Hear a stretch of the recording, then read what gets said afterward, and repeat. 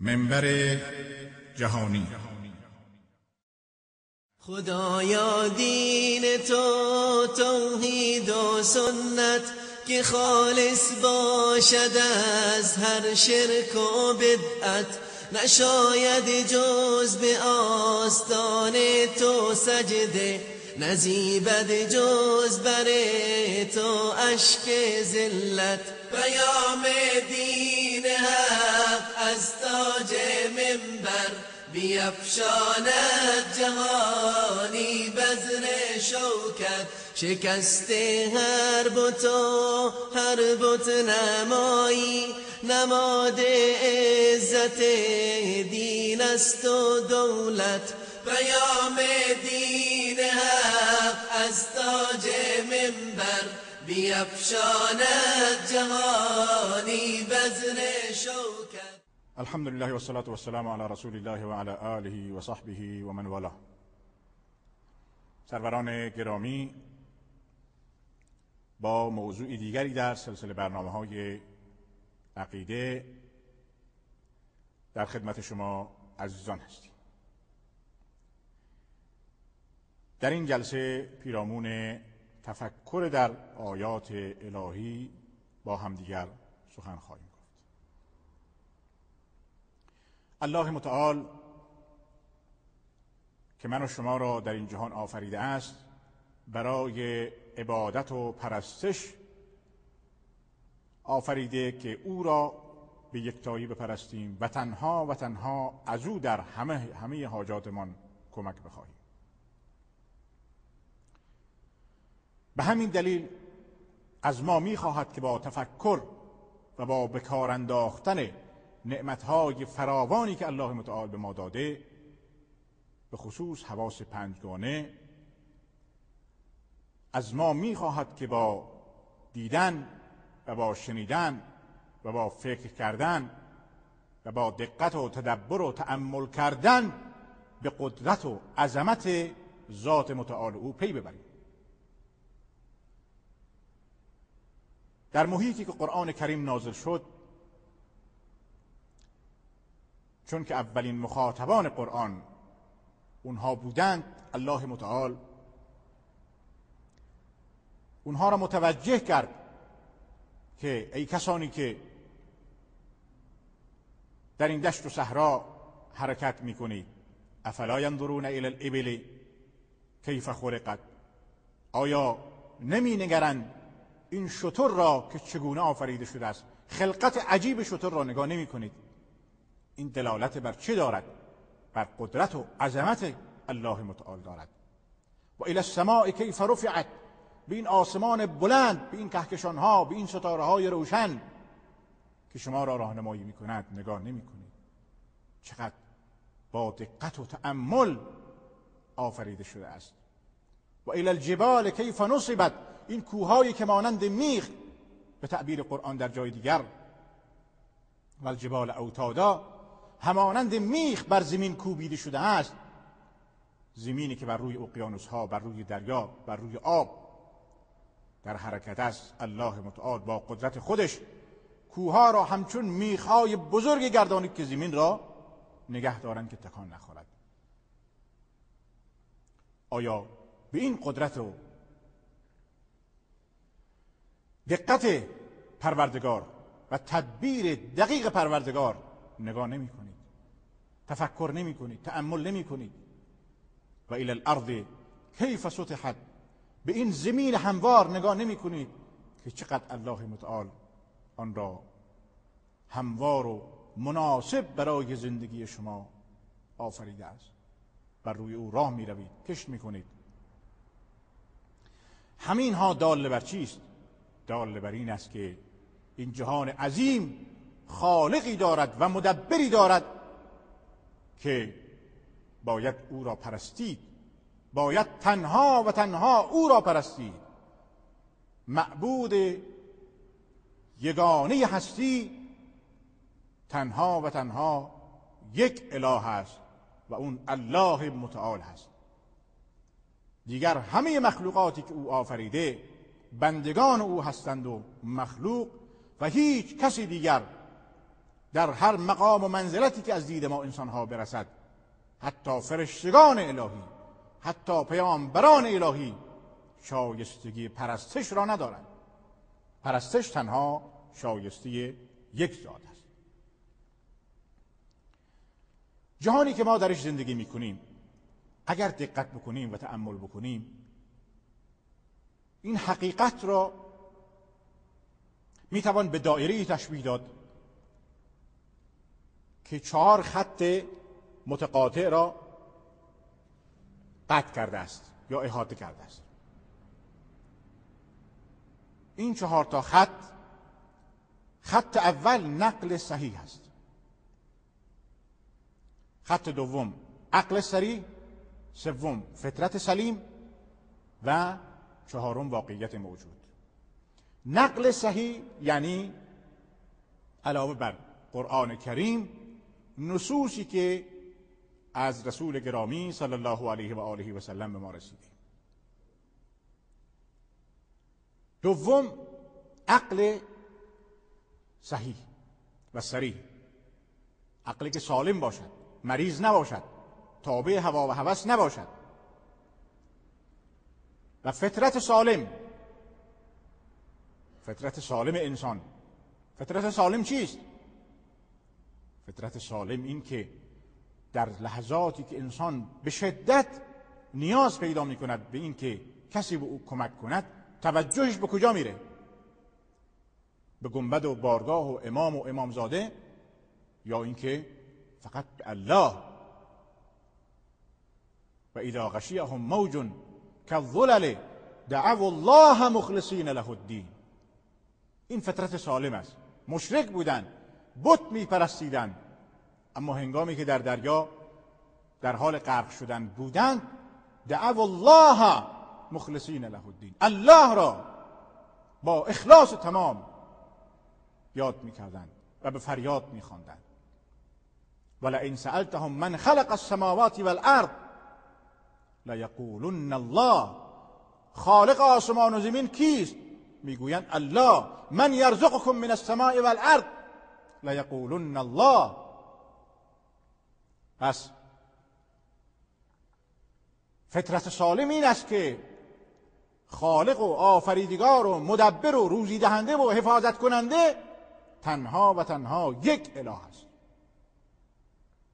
و چهارم حقایق موجود دور بر ما. همه اینها چیزی را تشکیل میدهند به نام حقیقت، دایره‌ای را به نام حقیقت، و همه با هم هماهنگ هستند.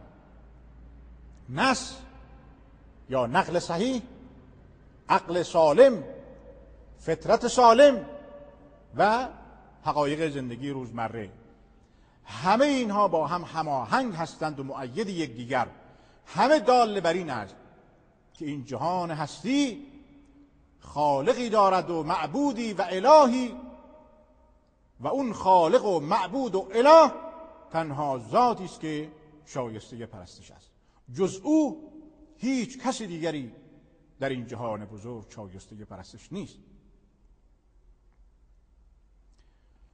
تمام ادیان آسمانی، ادیان الهی که در گذشته آمده بودند، به شمول آخرین دین یعنی دین اسلام، بر 2 اصل عظیم و اساسی استوار بودند.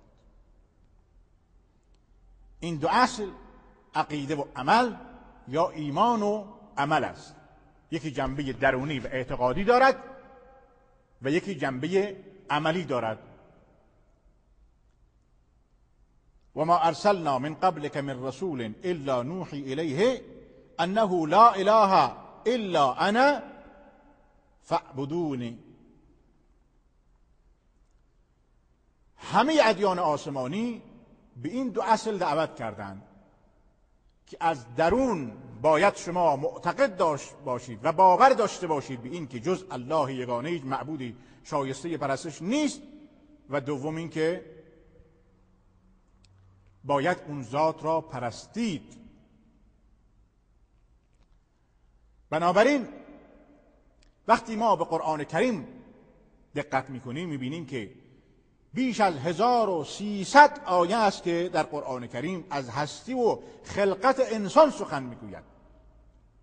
میدانیم قرآن حدود 6000 آیه است، با اختلافی که در شمارش آیات وجود دارد حدود 6000 آیه است.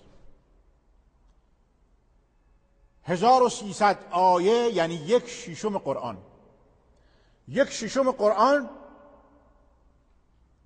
درباره خلقت و هستی انسان سخن میگه.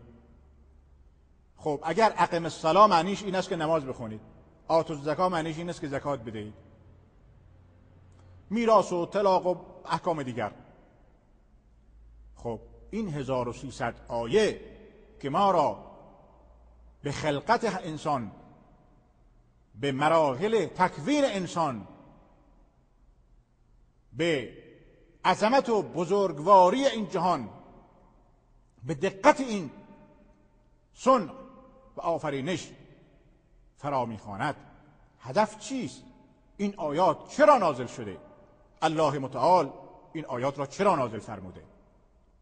این آیات به این دلیل نازل شده که من و شما را فرا بخواند به سوی چی؟ دقت و تأمل برای شناخت ذاتی که خالق این کائنات است، که ما با دقت و تأمل، با تفکر و تدبر الله متعال را، ذات یگانه الله متعال را بشناسیم.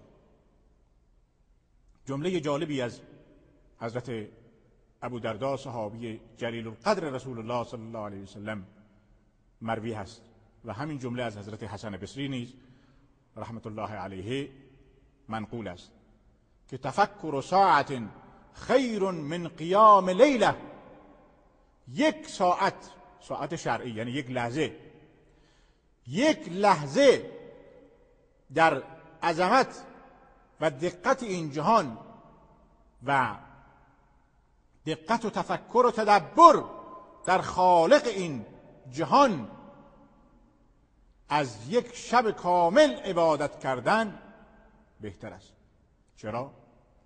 چون که تفکر در این که آسمان را چه کسی آفریده است، زمین را چه کسی آفریده است، گل و گیاه را چه کسی آفریده است، بوی گیاه را، بوی گل را، بوی عطر را چه کسی آفریده است، شب و روز، گردش شب و روز و باد و باران، آسمان و زمین، همه این نظام هستی چه کسی این را آفریده، چه کسی میچرخاند، چه کسی اداره میکند. 1 لحظه در این باره تفکر کردن و از این راه به عظمت الله متعال و به یکتایی و یگانگی ذات متعال او پی بردن، از شبی کامل را در عبادت گذراندن و نماز خواندن بهتر است. بله، و به قول سعدی شیرازی، برگ درختان سبز در نظر هوشیار، هر ورقش دفتری است معرفت کردگار. قطعاً وقتی که انسان به این جهان فکر میکند و به یکایک مخلوقات الهی فکر میکند، در وجود خودش و فی انفسکم افلا تبصرون، در این دست، در این چشم، در این گوش، در نظامی که الله متعال در وجود ما گذاشته است، در سلولهایی که در ما گذاشته است، در خونی که در وجود ما در حرکت است، در این عقل، در این هوش، در این حافظه، در اینها دقت و تأمل کردن و از این راه به عظمت و بزرگواری ذات متعال او پی بردن، این عبادتی است که قطعاً به تعبیر حضرت ابودرداء رضی الله عنه 1 لحظه آن از 1 شب کامل عبادت بهتر است. امیدواریم که خداوند به من و شما توفیق عنایت فرماید که ما بتوانیم شب و روز خود را و تمام لحظات زندگی خود را در دقت و تأمل و تفکر در شناخت الله متعال به کار ببریم و این توفیق تنها از طرف الله متعال است. امیدواریم که خداوند من و شما و همه انسانها را به این نعمت عظیم توجه بدهد و به ما توفیق بدهد که بتوانیم فکر بکنیم و از راه فکر و اندیشه و تأمل پروردگار یگانه و یکتای خودمون را بشناسیم. تا جلسه دیگر همه شما را به الله متعال میسپارم. الله متعال یار و نگهدارتون باد. خدایا دین تو توحید و سنت که خالص باشد از هر شرک و بدعت، نشاید جز به آستان تو سجده، نزیبد جز بر تو اشک ذلت. پیام دین حق از تاج منبر بیفشاند جهانی بذر شوکت، شکست هر بت و هر بت نمایی، نماد عزت دین است و دولت.